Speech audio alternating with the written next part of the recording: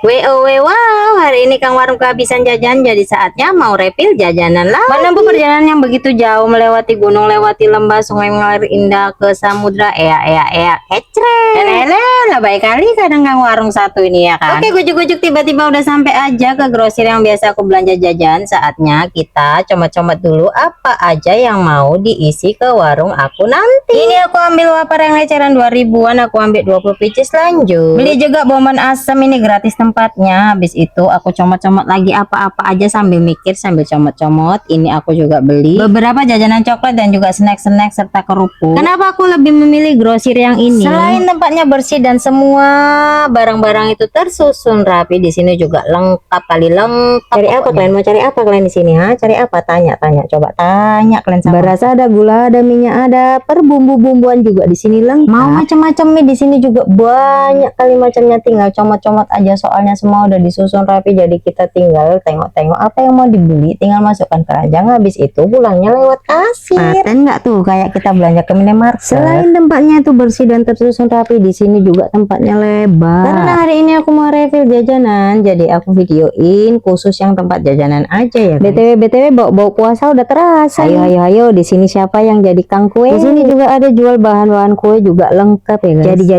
Jadi buat kalian yang baru belajar buat kue, di sini ada juga jual bahan satu paketan kue kayak gini ya. Misalnya kalian mau buat kue nastar, satu paketannya itu udah lengkap kayak tepung, keju, kemudian mentega. Jadi nanti kalian tinggal buat selain nanasnya aja. Oke, lanjut. Di sini udah kayak cerita, tiba-tiba aku udah sampai rumah. Saatnya bongkar belanjaanku yang satu kardus penuh ini guys. Ayo semangat, cari cuan gak boleh malas. Nah, untuk bagian yang ini aku pisahkan dulu. Kalau yang di sini tuh eceran yang 1000-an dan 2000-an aja. Kalau yang 2000-an itu aku pinggirkan. Jadi buat anak-anak yang udah biasa belanja jajanan ke kedai aku atau ke warung aku itu udah paham. Walah, sekardus kayak gini aja habisnya 700.000 setiap kali belanja. Jajanan yang eceran 1000-an serentengnya itu beli 9.000, isinya 10, jadi untungnya serenteng cuma 1000 perak. Kalau yang 2000-an biasanya tuh modalnya 18.000, isinya 10, jadi untungnya cuma 2000 perak. Walah, serenteng kalau dimakan sebiji yo wis entek untung. Kalau dipikir-pikir pakai logika ya kayak gitu, nggak ada untung. Tapi kalian mau tahu, kalau yang namanya rezeki diusahakan pasti ada aja jalan. Banyak loh buktinya orang jualan jajanan itu. Nggak penting dia mikirin ongkos anaknya sekolah tiap hari, jajannya anaknya setiap hari udah ada dari hasil dari dia jualan jajanan setiap hari. Perkara yang namanya untungnya 500 perak, 1000 perak, yang penting berkah. Dicukupkan lah yang namanya kebutuhannya setiap hari dari hasil penjualan.